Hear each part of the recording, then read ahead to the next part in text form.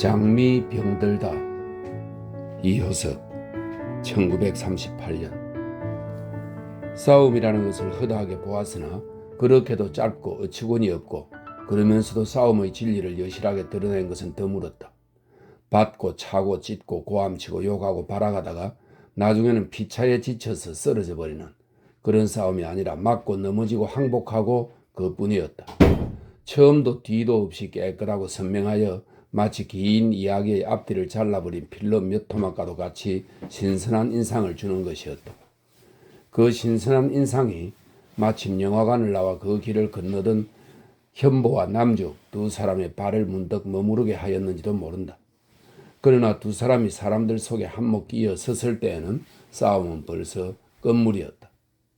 영화관, 음식점, 카페, 매약점 등이 어수선하게 절비하여 있는 뒷거리 저녁 때 바로 주렴을 들이운 식당 문 앞이었다. 그 식당의 쿡으로 보이는 흰옷에 흰 주발 모자를 얹은 두 사람의 싸움이었으나 한 사람은 육중한 장골이요 한 사람은 까무잡잡한 약질이어서 하기는 그 체질에 벌써 성패가 달렸는지도 모른다.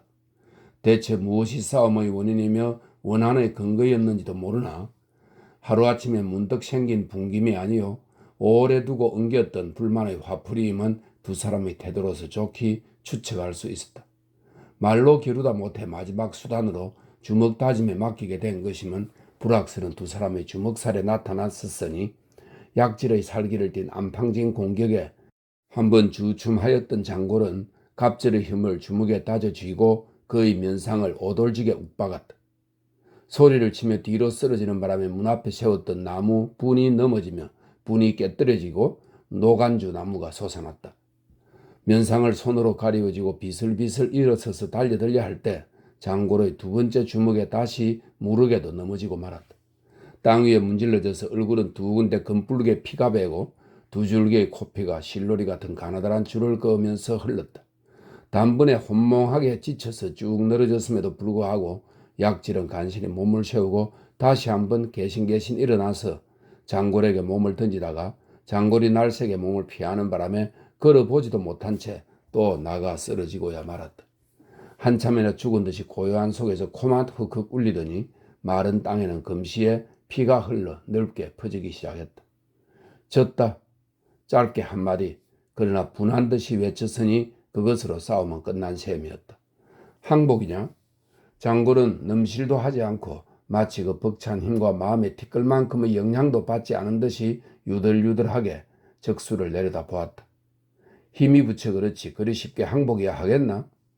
뼈다구에 힘 좀 맺히거든 다시 덤비렴. 아무렴 그때까지 네 목숨 하나 살려둔다.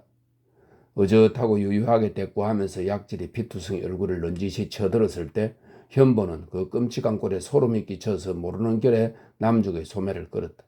남죽도 현장에서 얼굴을 피하며 재촉을 기다릴 겨를 없이 급히 발을 돌렸다. 한참 동안 말이 없었다. 우연히 목도하게 된 그 돌이난 장면에서 받은 감격이 너무도 컸다.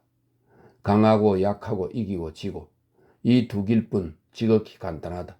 강약이 부동으로 억센 장골 앞에서는 약질은 욕을 보고 그 자리에 폭삭 쓰러져 버리는 그 일장의 싸움 속에서 우연히 시대를 들여다본 듯 하여져서 너무도 짙은 암시에 현보는 마음이 얼들떨하였다. 흡사 약질같이 자기도 호되게 얻어맞고 피를 흘리며 쓰러져 있는 듯한 실감이 전신을 저리게 흘렀다. 영화의 한 토막과도 같이 아름답지 않아요? 슬프지 않아요? 역시 그 장면에서 받은 감동을 말하는 남죽의 눈에는 눈물이 어리어 보였다. 아름답다는 것은 배 한 편을 동정함일까? 아름다운 까닭에 슬프고 슬프리만큼 아름다운 것. 눈물까지 흘리게 한 것은 별 수 없이 그나 누구나가 처하여 있는 현대의 의식에서 온 것임을 생각하면서 현보는 남죽을 뒤세우고 그림목 찻집문을 밀었다. 차를 청해 마실 때까지도 현보와 남죽은 그 싸움의 감동이 조금째 사라지지 않아서 피차에 별로 말이 없었다. 불쾌하다느니보다는 슬픈 인상이었다. 슬픔으로 인하여 아름다운 것이었음을 남죽과 같이 현보도 느끼게 되었다. 그렇게까지 신경을 민첩하게 이렇게 세우게 된 것은 방금 보고 나온 영화 때문이었던지도 모른다. 영화관에는 마치 목격자가 걸려 있어서 우연히 보게 된 아름다운 한 편의 장면 남죽을 울렸다. 전체로 슬픈 이야기였으나 가련한 주인공의 운명과 애잔한 여주인공의 자태가 한층 마음을 찔렀다. 억울한 혐의로 아버지를 여인 어린 자식을 데리고 늙은 어머니가 어둡고 처량한 저녁의 무덤 쪽을 바라보는 장면과 흐린 저녁대의 빈민가 다리 아래 장면과는 금시에 눈물을 솟게 하였다.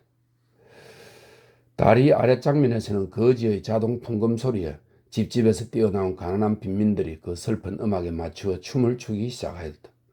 요란한 소리를 듣고 순경이 달려와서 춤을 금하고 사람을 해칠 때 억울한 혐의로 아버지를 재판한 늙은 검사는 양심의 가책을 조금이라도 들려고 가난한 사람들을 위해 항의를 하나 용납되지 못하고 사람들은 하는 수 없이 비슬비슬 그 자리를 헤어진다. 그 웅성거리는 처근한 꼴들이 실감을 가지고 가슴을 저었다. 어두운 속에서 남죽은 흐르는 눈물을 손수건으로 몇 번이고 훔쳐냈다.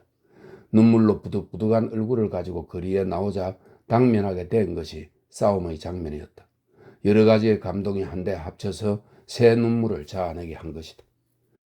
하기는 남죽들의 현재의 형편 그것이 벌써 눈물 이상의 것이긴 하다. 2주일 이상을 겪고 나온 것이 벌써 며칠 전이었다. 남죽은 현재 초라한 꼴, 빈 주머니에 고향에 돌아갈 능력도 없고 그렇다고 다른 도리도 없이 진퇴유곡의 처지에 있는 셈이었다. 목격자 속의 주인공들보다 조금도 나을 것이 없었다. 현보와 막연히 하루를 지우려 영화 구경을 나선 것도 또렷한 지향 없이 닥치던 대로의 길 그 자리의 뜻이었다. 온전히 그날의 떠도는 부평초요, 키 잃은 배요, 목표 없는 생활이었다. 극단 문화좌가 설립되자마자 와야 된 것이 2주일 전이었다. 지방 공연이라는 점에 중점을 두르고 일부러 서울을 떠나 지방의 도회로 내려와 기폭을 든 것이었으나 그것이 도리어 화대의 엄격한 수준에 걸린 것이었다. 인원을 짜고 각본을 선택하고 모든 준비를 마친 후 첫째 공연을 내려왔던 것이 그다한 이유 없이 이외에도 거슬리는 바되어 한꺼번에 몰아가 버렸다. 거듭 돌아보아야 그럴 만한 원인도 없었고 다만 첩첩한 시대의 구름의 타심이 짐작될 뿐이었다. 각본을 맡은 현보는 고향이 바로 그곳인 탓으로인지 의외에도 속히 놓이게 되고 뒤를 이어 남죽 또한 수월하게 풀리게 되었으나 나머지 인원들은 자본을 댄 민삼, 연출을 맡은 인수, 배우인 학준, 그 외 몇몇은 아직도 날이 먼 듯 하였다. 먼저 나오기는 하였으나 현보와 남죽은 남은 동무들을 생각하고 또 한 가지 자신들의 신세를 돌아보고 우울하기 짝이 없었다. 하는 노릇 없이 허구한 날 거리를 헤맨 수밖에 없던 현모와 역시 별 목표 없이 유행 가수를 지원해 보았다. 배우로 돌아서 보았다 하던 남죽에게 극단의 설립은 한 희망이요 자극이어서 벼랑간 보람 있는 길을 찾은 듯도 하여 마음이 뛰고 흥이 나던 것이 의외의 타격에 길을 꺾이고 나니 도로 제자리에 주저앉은 셈이었다. 파랗게 우러러 보이던 하늘이 조각조각 부서져 버리고 다시 어두운 구렁텅이로 밀려 빠지는 격이었다. 현보의 창작 각본 흐려진 무대와 온일의 번역극 고래의 한 막이 상영 예장이어서 남죽은 그 두 각본의 여주인공의 구실을 자기의 비위에 맞는 것으로 거지없이 자랑하였다. 예술적 흥분 외에 또 한 가지의 기쁨은 그런 줄 모르고 내려왔던 길에 구면인 현보를 7년 만에 뜻밖의 다시 만나게 된 것이었다. 이 기운은 현보에게도 물론 큰 놀람이자 기쁨이었다. 극단의 주목을 보게 된 민삼이 서울서 적어 내려보낸 인원의 10명 속에 여배우 혜린의 이름을 발견하고 현보는 자기 작품의 주연을 맡은 그 여배우가 대체 어떤 인물일꼬 하고 호기심이 일어났을 뿐 무심히 덮어두었던 것이 막상 일행이 내려와 처음으로 상면하게 되었을 때 그가 바로 남죽임을 알고 어지간히 놀랐던 것이다. 혜린은 여배우로서의 예명이었다. 7년 전에 알고는 그 후 까닭 소식을 몰랐던 남죽은 그런 경우 그런 꼴로 우연히 만나게 될 줄이야 피차에 짐작도 못하였던 것이다. 지난 날을 돌아보면서 그날 밤 둘은 끝없는 이야기와 추억에 잠겼다. 서울서 대학에 다닐 때 우연히 세죽 남죽 자매를 알게 된 것은 그들이 경영하여 가던 책점 대중원에 출입하게 된 때부터였다. 대중원은 세죽이 단독 경영하여 가는 것이었고 남죽은 다시 이 학교에서 공부하는 몸으로 형의 가게에 기숙하고 있는 셈이었다. 세죽의 남편이 사건으로 들어가기 전에 뒷일을 예료하고 가족들의 호구지책을 미리 벌던 것이 소규모 책점 대중원이었다. 남편의 노일날을 몇 해고간에 기다려가면서 세죽은 적막한 홀몸으로 가게를 알뜰히 보면서 어린 것과 동생 남죽의 시중을 정성껏 들어왔다. 남죽은 어린 나이에도 철이 들어서 가게에 벌려놓은 진보적 서적을 모조리 읽은 나머지 마지막 학년 때에는 오돌지게도 학교에 일어난 사건을 지도하다가 실패한 끝에 쫓겨나고 말았다. 학업을 이루지 못한 채 고향에 내려갈 수도 없어 그 후로는 별 수 없이 가게 일을 도울 뿐 건둥건둥 나를 지우는 수밖에 없었다. 소설을 닥치는 대로 읽어대고 아름다운 목청을 놓아 노래를 불러대곤 하였다. 목소리를 닦아서 나중에 음악가가 되어볼까도 생각하고 얼굴의 윤곽이 어글어글한 것을 자랑삼아 영화 배우로 나갈까도 꿈꾸었다. 그 시기의 그를 꾸준히 관찰할 수 있는 기회를 가졌던 현보는 그 남다른 환경에서 자라가는 넘치울한 처녀의 자태 속에 물론 시대의 정열과 생장도 보았으나 더 많이 아름다운 감상과 애끓는 꿈을 엿보았던 것이다. 단발한 머리를 부스스 해뜨리고 밋밋하고 건강한 육체로 고운 멜로디를 고조릴 때에는 그의 몸 그대로가 구석구석의 아름다운 꿈을 한 박 먹으면 흐뭇한 꽃이었다. 건강한 그러나 상하기 쉬운 한 송이 꽃이었다. 참으로 아담한 꽃을 보는 심사로 현보는 남죽을 보아왔다. 그러나 현보가 학교를 마치고 서울을 떠날 때가 그들과의 접촉의 마지막이었으니 동경에 건너가 몇 해를 군 뒤 고향에 나와 일 없이 지나게 된 전후 며칠 동안 다만 책점 대중원이 없어졌다는 소문을 풍편에 들었을 뿐이지 그 뒤 그들의 고향인 관북으로 내려갔는지 어쨌는지 남죽과 세죽의 소식은 생각해보지도 못했고 미처 생각에 떠오르지도 않았다. 그만한 여유조차 없는 것은 다른 사람의 생각은커녕 자신의 생활이 눈앞에 가로막히게 되었고 무엇보다도 현대인으로서의 자기 개인에 대한 생각이 줄을 찾기 어렵게 갈피갈피로 찢어졌다 갈라졌다 하여 뒤섞이는 까닭이었다. 7년 후에 우연히 만나고 보니 시대의 파도에 농락되어 꿈은 조각조각 사라지고 피차의 그 꼴이었다. 하기는 그나마 무대 배우로 나타난 남죽의 자태가 옛 꿈의 한 조각이 아직도 간당간당 달려있는 셈인지도 모르나 아담하던 꽃은 벌써 좀 먹기 시작한 그 어딘지 휘줄거려진 한숭이임을 현보는 또렷이 느꼈다. 시간을 보고 찻집을 나와 현보는 남죽을 데리고 큰 거리 백화점으로 향하였다. 중구와 만나자는 약속이었다. 가난한 교사를 졸라대면 마치 벼룩의 피를 긁어내리는 격이었으나 그러나 현보로서는 가장 가까운 동무이므로 중구에게 터놓고 남죽의 여비의 주선을 비추어 둔 것이었다. 남죽에게는 지금 살까 죽을까가 문제가 아니라 목격자 속의 빈민들에게 거리의 음악이 필요하듯이 고향으로 내려갈 여비가 필요하였다. 꿈의 마지막 조각까지 부서져 버린 이제 별 수 없이 고향으로 내려가 몸도 쉬고 마음도 가다듬는 수밖에 없었다. 고향은 넓은 수성평야의 한가운데여서 거기에는 형 세죽이 밭을 가꾸고 염소를 기르고 있다는 것이었다. 남편이 한번 놓였다 재차 들어가게 된 후 세죽은 이번에는 고향에다 편편하게 자리를 잡고 서점 대신에 평야의 한복판에서 염소를 기르게 되었다는 것이었다. 도회에 지친 남죽에게는 지금 무엇보다 염소의 젖이 그리웠다. 염소의 젖을 벌떡벌떡 마시고 기운차게 소생됨이 한 가지 원이었다. 몇십 원의 노자점을 동무에게까지 빌리기가 현보로서는 보람없는 노릇이었으나 늘 메말라서 누런 현대의 악마와는 인연이 먼 그로서는 하는 수 없는 것이었다. 찻집이라도 경영해볼까 하다가 아버지에게 호통을 들은 후부터는 돈을 다 쓰기가 불쾌하여서 주머니에는 차 한 잔 값조차 떨어질 때가 있었다.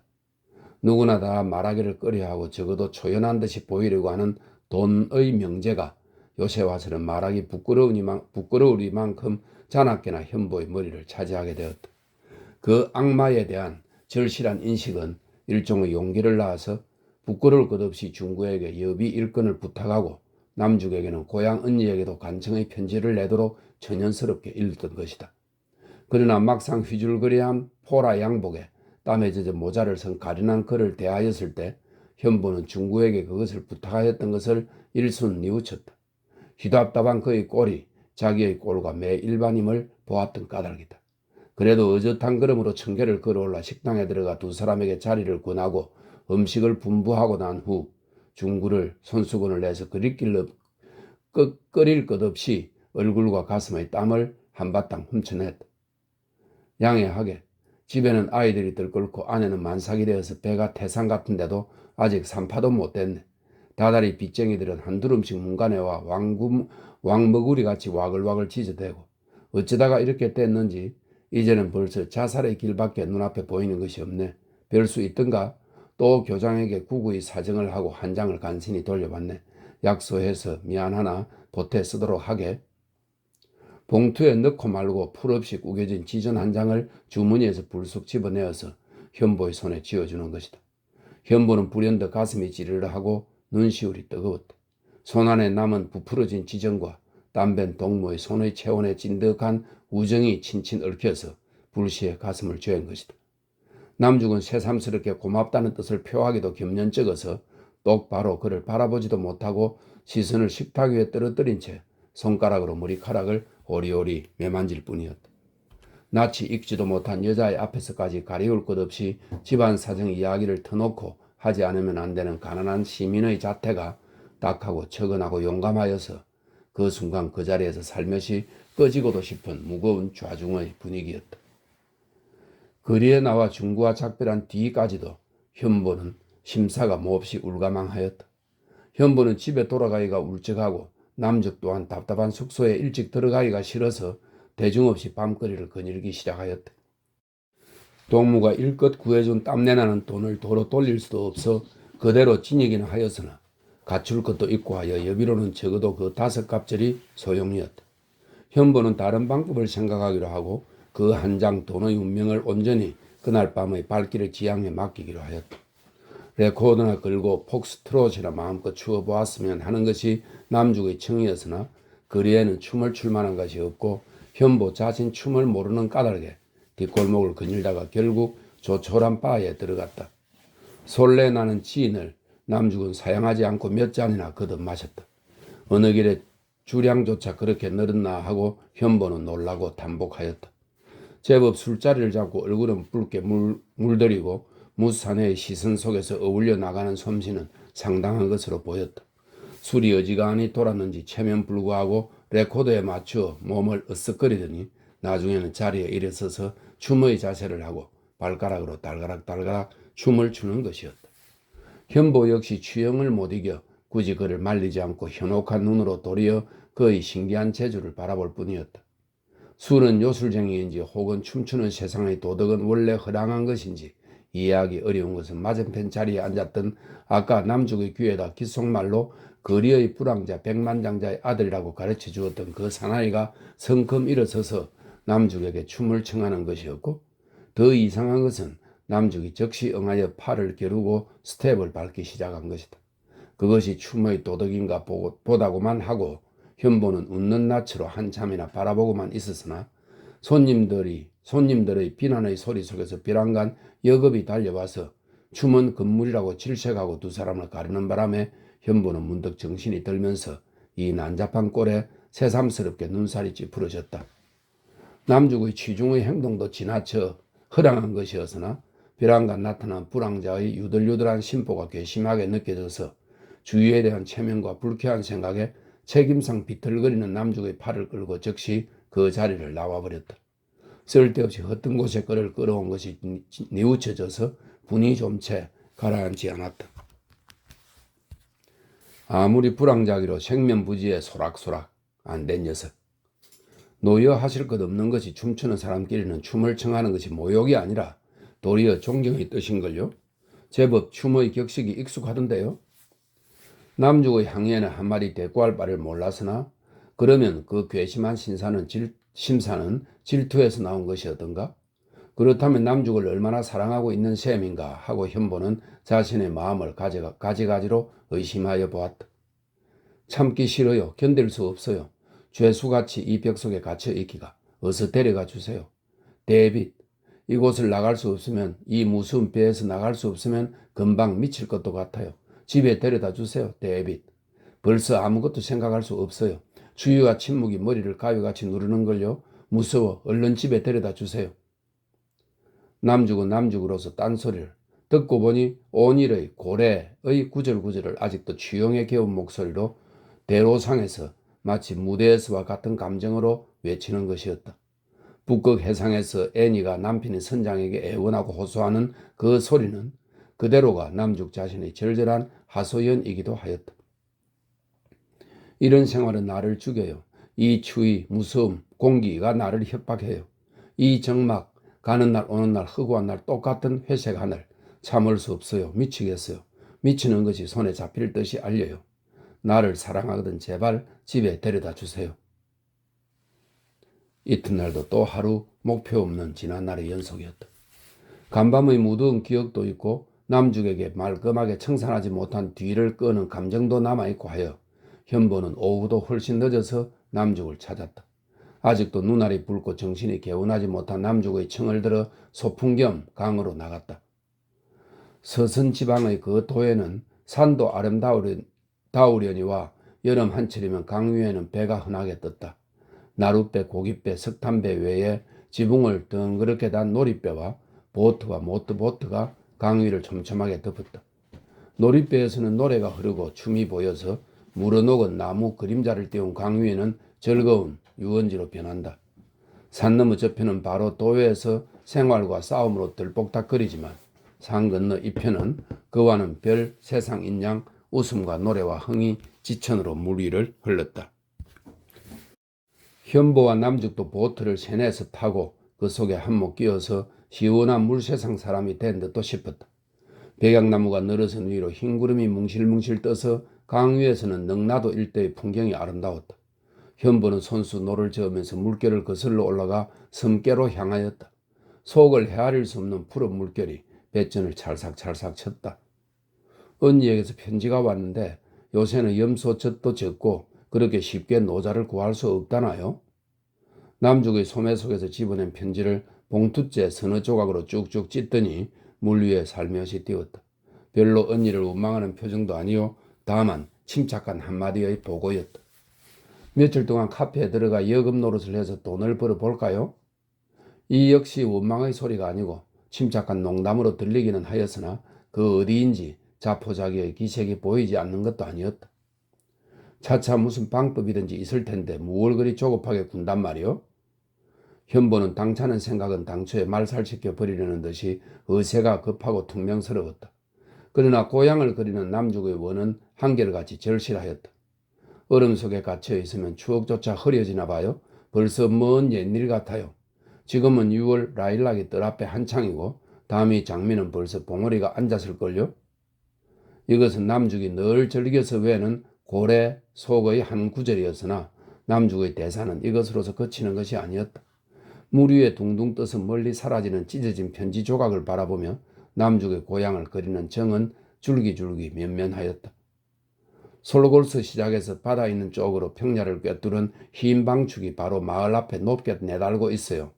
방축이라니 그렇게 긴 방축이 어디 있겠어요? 포플라 나무가 모여서고 국제열차가 갈리는 정거장 근처를 지나 바다까지 근 10리 장간을 일직선으로 뻗쳤는데 인도교와 철교 사이를 거닐기에 20분이나 걸려요.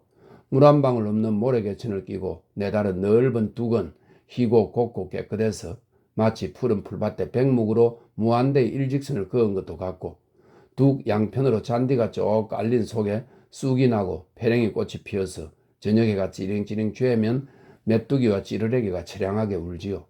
풀밭에는 소가 누운 위로 이름 모를 새가 풀위를 스치면서 얕게 날고 마을을 향한 한쪽에는 조수수 옥수수밭이 연하여서 일하는 처녀 아이가 두어 사람씩은 보이죠. 여름 한철이면 조카 아이와 같이 염소를 끌고 그 뚝 위를 거닐면서 세월 없이 풀을 먹여요. 항구를 떠난 국제열차가 산모퉁이를 돌아 기적소리가 길게 들판을 울려올 때 풀 먹던 소는 문득 뿔을 세우고 에헤 하고 새침하게 한바탕 울어대곤 해요. 마을 앞의 그 뚝을 고향의 그 불판을 나는 얼마나 사랑하는지 몰라요. 그리운지 모르겠어요. 남죽의 장황한 고향의 묘사는 무대 위에서와는 또 다르게 고요한 강물 위를 자유롭게 흘러내렸다. 놀이배에서 흘러나오는 레코더의 음악이 속된 유행가가 아니고 만약 교향악의 반주였던들 남죽의 대사는 마디마디 아름다운 전원 교향곡으로 들렸을 것이다. 그의 전원 교향악에 취하였던 것은 아니다. 아니나 그의 고향에 대한 적어도 현재 이외의 생활에 대한 그리운 정이 얼마나 간절한가를 느끼며 현보는 속히 여비를 구해야 할 것을 절실히 생각하면서도 능라도와 바늘도 사이의 여울로 배를 저어 올렸다. 얕아는 젖으나 센 물살을 거슬러 저으면서 섬에 오를 알맞은 물기슭을 찾았다. 첫 가을이면 송이의 시절, 좀 이르면 솔골로 표송이 따라가는 마을 사람들이 뚜기를 희끗희끗 올라가기 시작하겠어요. 봉고시 흙을 떠받들고 올라오는 송이를 찾을 때의 기쁨, 바구니에 듬직하게 따가지고 식구들과 함께 뚝기를 내려올 때면 송이의 향기가 전신에 흠뻑 배이지요. 풋송이의 향기, 고래 속의 라일락의 향기 이상으로 제겐 그리운 것이에요. 듣는 동안에 보지 못한 것이었건만 현보에게도 그의 말하는 고향이 한없이 그리운 것으로 생각되었다. 모래바닥에 보이는 강가로 배를 몰아놓고 섬 기슭을 잡으려 할 때 배가 몹시 요동하는 바람에 꿈에 잠겼던 남죽은 금세 정신이 깬 모양이었다. 백양나무가 늘어선 사이로 새 풀이 우거져서 섬 속은 단걸음에 뛰어들어가고도 쉽게 온통 푸르게 엿보였다. 발을 붓고 물속을 걷기도 귀찮아서 남죽은 뱃전에 올라서서 한 걸음에 기슭까지 뛰어 건너려 하였다. 뒤뚝거리는 배를 현보가 뒤에서 붙들기는 하였으나 원체 물의 거리가 먼 데다가 남죽은 못 미치는 다리에 풀뿌리를 밟은 까닭에 껑청 발을 건너자 배가 급각도로 기울어져서 현보가 위태하다고 느껴질 순간 풀뿌리에서 미끄러지며 볼 동안에 전신을 물속에 채워버렸다. 현보가 즉시 신발채로 뛰어들어 그의 몸을 붙들어 일으키기는 하였으나 전신은 물에 빠진 쥐였다. 팔에 걸린 몸이 빨랫감같이도 차고 무거웠다. 하루의 작정이 흐려지고 섬의 행락이 틀어졌다. 소풍이 지나쳐 목욕이 된 셈이나 물에 빠진 꼴로는 사람들 숲에 섞일 수도 없어 두 사람은 외따로 떨어져 섬 속의 양지를 찾았다. 사람들이 엿보지 못하는 호젓한 외딴 곳에서 젖은 옷을 대충 말리는 수밖에는 없었다. 현보는 신과 바지를 벗어서 널고 남죽은 속옷 맛을 남기고 치마 저고리를 벗어서 양지 쪽 풀밭에 펴놓았다. 차라리 해수욕복이나 입었던들 피차에 과히 야릇한 꼴들은 아니었을 것이나 옷을 반씩들 벗은 이지러진 자태, 마치 꼬리와 죽지를 뽑히고 물벼락을 맞은 자웅의 달과도 같은 허수한 꼴들은 한층 우스운 것이었다.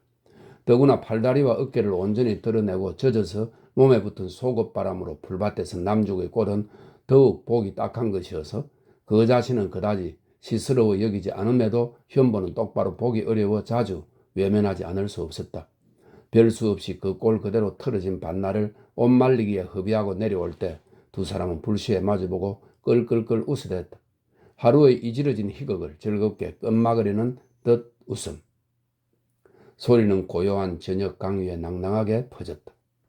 그 꼴로 혼자 돌려보내기가 가여워서 현보는 거길로 남쪽의 숙소에 들른 채 처음으로 밤이 이슥할 때까지 같이 지내게 되었다. 뜻 속의 것이었던지 혹은 뜻 밖의 것이었던지 그날 밤 현보는 또한 남쪽과 모든 열정을 주고받았다. 그것은 반드시 한쪽의 치우친 감정의 발작이 아니라 피차의 똑같은 감정의 말하자면 공동합작이었으며 그 감정 또한 우연한 돌발적인 것이 아니요 참으로 7년 전부터 내려오는 묻고 익은 감정의 합류였다. 늦은 밤거리에 나왔을 때 현보는 찬란한 세상을 겪은 뒤의 커다란 피곤을 일시에 느꼈다. 일이 일인 만큼 큰 경험 후에 오는 하루를 현보는 집에 묻힌 채 가지가지 생각에 잠겼다. 묵은 감정의 합류라고는 하더라도 하필 그 시간에 폭발된 것은 이제까지 피차의 감정을 감추고 시험해왔던 까닭일까? 그런 감정에는 반드시 기회라는 것이 필요한 탓일까 생각하였다. 결국 장구한 시기를 두었다가 알맞은 때를 가는 보아 피차에 훔쳐낸 감정에 지나지 않았다. 사랑하기에는 너무도 어처구니 없는 것인지는 모르나 그러나 사랑이 아니라고 할 수도 없는 것이 비록 미래의 계획이 없는 한막의 애욕극이었다고는 하더라도 거기에 이르기까지는 오랜 시간의 양해가 있었던 것이라고 생각하였다. 남죽의 허랑한 감정을 의심도 하여 보았다. 대체 지난 7년 동안의 그에게는 완전히 괄호 안의 비밀인 남죽의 생활이 어떤 내용의 것이었을까 하는 것이었다. 그에게 있어서 간간히 생리의 정리가 필요하듯이 남죽에게도 그것이 필요하지 않았을까? 혹은 한 번쯤은 결혼까지 하였다가 실패하였는지도 모르며 더 가깝게 가령 그와 다시 만나기 전에 친히 지냈던 민삼과는 깊은 관계가 없어질까 하는 생각이 갈피갈피 들었으나 돌이켜보면 그렇게 그의 결백하기를 원하는 것은 순전히 자기 자신의 지나친 욕심이며 그것을 희망할 자격은 자기에게는 없다는 것을 느끼게 되었다. 과로 안의 비밀, 그의 눈에 비치지 않은 부분의 생활은 그의 관계할 바가 아니며 다만 그로서는 그에게 보여준 애정만을 다르게 여기면 족할 것이라고 결론하면서 그의 애정을 너그럽게 해석하려고 하였다. 값으로 산 애정이 아니었으나 남죽의 처지가 협착한 만큼 현보는 애정에 대한 일종의 책임을 느껴서 그의 여비 일건을 더욱 절실히 생각하게 되었다. 그를 오랫도록 붙들어 둘 수 없는 이상 원대로 하루라도 속히 고향에 돌려보내는 것이 애정의 의무일 것 같이 생각되었다. 여비를 갖춘 후에 떳떳이 만날 생각으로 그 밤 이후 며칠 동안은 남죽을 찾지 않았다. 여비를 갖춘 데야 생판 날탕인 형보에게 버젓한 도리가 있을 리는 없었다. 이미 친한 동무 중구에게 한 번 청을 걸어 여의치 못한 이상 다시 말해볼 만한 알맞은 동무는 없었으며 그렇다고 그의 일신에 돈으로 바꿀 만한 귀중한 물건을 지닌 것도 아니었다. 옳은 길이라고는 생각지 않았으나 별 수 없이 남은 한 길을 취할 수밖에는 없었다. 진종이를 노리다가 사랑 문갑에서 예금 통장을 집어내기에 성공하였던 것이다. 은행과 조합의 통장이 허다한 속에서 우편 예금 통장을 손쉽게 찾아내기는 하였으나 빽빽한 주의 아래에서 그것에 성공하기에는 온 이틀을 허비하였다. 가정에 대한 그 불측한 반역이 마음을 괴롭히지 않은 바도 아니었으나 그만한 희생점은 이루어진 애정에 대한 정성과 봉사의 생각으로 닦아버리려고 생각하였던 것이다. 그 밤 이후 처음으로 만나는데 소용의 금액을 넌지시 내놓음이 받은 애정의 대상을 갚는 것도 같아서 겸연쩍기는 하였으나 그러나 한편 돈을 가진 오후가 되어서 남죽의 여관을 찾았다. 여관안은 전체로 깜깜하고 방에는 남죽의 자태가 보이지 않았다. 원체 아무 세간도 없는 방인 까닭에 텅 빈 방 안을 현보는 자세히 살펴볼 것도 없이 문을 닫고 아마도 놀러 나갔으려니 하고 거리로 나왔다. 찻집과 백화점을 한 바퀴 돌고는 밤에 다시 찾기로 하고 우선 집으로 돌아왔을 때 뜻밖의 남죽의 엽서가 책상 위에 있었다. 연필로 적은 사연이 간단하게 읽혔다. 왜 며칠 동안 까딱 오시지 않았어요? 노여운 일 계세요? 여러 날 패만 끼친 채 여비가 되었기에 즉시 떠납니다. 아마도 앞으로는 만나 뵙기 조련치 않을 것 같아요. 내내 안녕히 계세요. 남죽 올림. 도리난 보고에 현보는 길을 뽑히고 적시로 뒷걸음질 쳐서 여관으로 향하였다. 여러 날 안 왔다고 청혼을 하면서 무슨 까닭에 그렇게도 무심하게 급스럽게 떠나버렸을까? 여비란이 닫다가 50원의 여비를 대체 어떻게 구하였을까? 자작 며칠 동안 카페 여금 노릇이라도 한 것일까? 여러 가지로 생각하면서 여관에 이르러 다시 방문을 열어보았을 때 아까와 마찬가지로 텅 빈 것이었으나 그런 줄 알고 보니 사실 구석에 가방조차 없었다. 경솔한 부주의를 내책하면서 그제서야 곡절을 무려보려 앞문을 들어서서 주인을 찾았다. 꾸준히 일을 하던 노파는 치맛자락으로 손을 훔치면서 한마디 불어대고 싶은 듯도 한 눈치로 뜰 안에 나서며 부랴부랴 거두어 가지고 떠났다는 소식을 첫마디에 이르고는 뒤슬뒤슬 속 있는 웃음을 띄었다. 그게 대체 여배우요 여학생이요? 신식 여자들은 겉만 보고는 알 수가 없으니 무슨 소리를 하려는 수작인고 하고 그다지 반갑지는 않았으나 현보는 잠자코 있을 수만 없어서 여학생으로도 보입니까? 대래 한마디 반문했다. 그럼 여배우군 어쩐지 행동거지가 보통이 아니야. 아무리 시체 여학생이기로 학생의 처신머리가 그럴까 했더니 그게 여배우구려. 행동이 어쨌단 말이요? 하긴 배우는 그방 그렇답디만은. 말이 시끄러워질 눈치여서 현보는 귀찮은 생각에 말머리를 돌렸다. 식비는 다 치렀나요? 그러나 그 한마디가 도리어 풀소포 뱀을 쑤신 셈이었다. 노파의 말주머니는 막았던 보살같이 한꺼번에 터져 나오기 시작하였다. 식비 여부가 있겠소? 푸른 지전이 지갑 속에 불룩하던데 수단도 능나는 하려만 백만장자의 자식을 척척 끓여들이는 걸 보면 여간 내기가 아닌 한다 하는 낭꾼입니다. 그런 줄 알고 그랬는지 어쨌는지 아마도 첫눈에 후리낸 눈치인데 하룻밤 정을 줘도 부자 자식이 좋기는 좋거든. 맹숭한 날타기는 것이 하룻밤 새에 지전이 불룩하게 썰어든단 말이오. 격이 되기는 됐어. 하룻밤을 지냈을 뿐 이튿날로 살랑 떠난단 말이오. 청천의 벼락이었다. 놀랍고 어처구니가 없어서 노파의 입을 쥐어받고도 싶었으나 그러나 실성한 노파가 아닌 이상 거짓말도 아닐 것이어서 현보는 담아 벌렸던 입을 다물 수 없었다. 백만장자의 자식이라니 누구란 말이오? 아마도 말소리가 모르는 결에 떨렸성 싶다. 모르시오? 김장로의 아들 말이오에다 불황자로 유명한. 현보는 아찔하면서 골이 핑 돌았다. 더 물을 것도 없이 흉측한 노파의 꼴조차가 불현듯이 보기 싫어져서 뒤도 돌아보지 않고 허둥지둥 여관을 나와버렸다. 그것이 여비의 출처였던가? 모르는 결에 입술이 찡그러지며 제 스스로를 비웃은 웃음이 흘러나왔다. 김장로의 아들이라면 며칠 전에 바에서 도련이 남죽에게 춤을 청한 놈팡이인데 어느 길에 그렇게 쉽게 교습이 되었던가? 설사 여비를 구하기 위한 수단이라고 하더라도 어둠의 여자와 다를 바가 무엇인가 생각할 때 무서운 생각에 전신이 소름이 쭉 돋으며 허전허전 꼬이는 다리에 그 자리에 쓰러져 울고도 싶었다. 남죽은 그렇게까지 변하였던가? 과거 7년 동안의 과로 속의 비밀까지가 한꺼번에 눈앞에 보이는 듯하여 현보는 속았다는 생각만이 한결같이 들어 온전히 제정신없이 거리를 더듬었다. 우울하고 불쾌하고 미칠 듯도 한 며칠이었다. 7년 전부터 남죽을 알아온 것으로 뉘우치고 극단이고 무엇이고를 조직하려고 한 것조차 원대었다. 속은 것은 비단 마음뿐이 아니고 육체까지임을 알았을 때 현보는 참으로 미칠 듯도 한 심정이었던 것이다.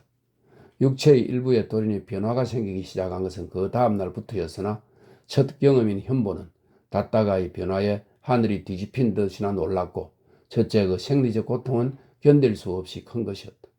몸에는 추잡한 병증이 생기며 용변할 때의 괴로움이란 살을 찢는 듯도 하여 이루 헤아릴 수 없었다. 세상에서 흔히 말하는 병이 바로 이것인가 보다고 즉시 깨우치기는 하였으나 부끄러운 마음이 대뜸은 병원에도 못 가고 우선 매약점에 들렀다가 하는 수 없이 거길로 의사를 찾았다. 진찰의 결과는 예측과 영락없이 들어맞아서 별 수 없이 의사의 앞에서 눈을 감고 부끄러운 치료를 받기 시작하면서 찡그린 마음속에는 한결같이 남죽의 자태가 떠올랐다. 마음과 몸을 한꺼번에 속인 셈이나 남죽은 대체 그럴 줄을 알았던가 몰랐던가. 처음에는 감격하고 고맙게 여겼던 애정이었으나 그렇게 된 결과를 보면 일종의 애욕이 사기로밖에 생각되지 않았다.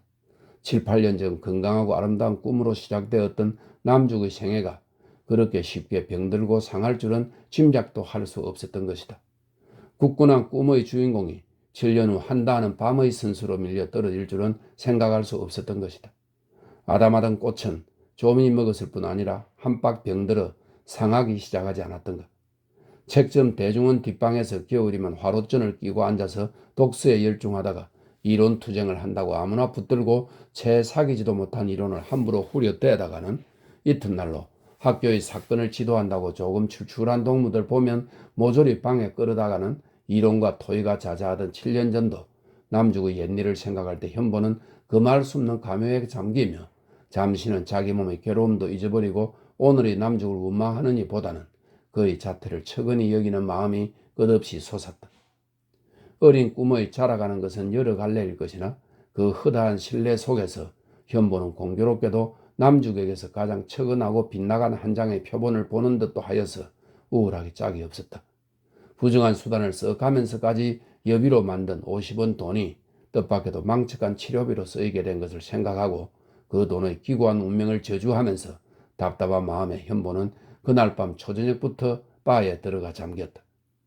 거기에서 또한 우연히도 문제의 거리의 불황자 김장로의 아들을 자리에서 마주치게 된 것은 얼마나 뼈저린 비꼬음이었던가.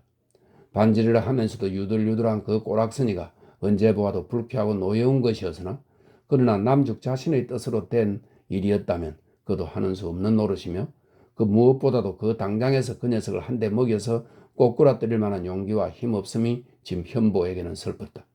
녀석도 또한 그 자리로 현보임을 알아차리고 가소로운 것은 제 술잔을 가지고 일부러 현보의 탁자에 와 마주 앉으며 알지 못할 웃음을 띠는 것이다. 이왕 마주 앉았으니 술이나 같이 듭시다. 어느 길엔지 여급에게 분부하여 현보의 잔에도 술을 따르게 하였다. 희고 맑은 그 양주가 향기로 보아 설레나는 것이 바로 그 밤과 같은 것이어서 이 또한 우연한 비꼬음으로밖에 생각되지 않았다. 이렇게 된 바야 무엇을 속이겠소? 더놓고 말이지 사실 내겐 비싼 흥정이었어. 자랑이 아니라 나도 그 길엔 상당히 밝기는 하나 설마 그런 흠이 있을 줄이야 네 알았겠소? 온전히 홀린 셈이지. 그까지 지갑 좀 털린 거야 아까울 것 없지만 몸이 괴로워 못 견디겠단 말이오. 허구한 날 병원에만 다니기도 창피하고 맥주가 직혈하기에 날마다 와서 켰으나 이 몸이 언제나 개운해질런지. 술잔을 내고는 얼굴을 찡그리고 썬 웃음을 띠는 것을 보고는 녀석을 해낼 수도 없고 맞장구를 칠 수도 없어서 현보는 얼떨떨할 뿐이었다. 당신도 별 수 없이 나와 동료항일 거요. 동료항끼리 마음을 해치고 하룻밤 먹어봅시다 그려? 하면서 굳이 술잔을 권하는 것이다. 현보는 녀석의 면상에 잔을 던지고 그 자리를 일어나고도 싶었으나 실상은 웃지도 못하고 울지도 못할 난처한 표정대로 그 자리에 빠지지 앉아 있을 수밖에는 없었다. 1938년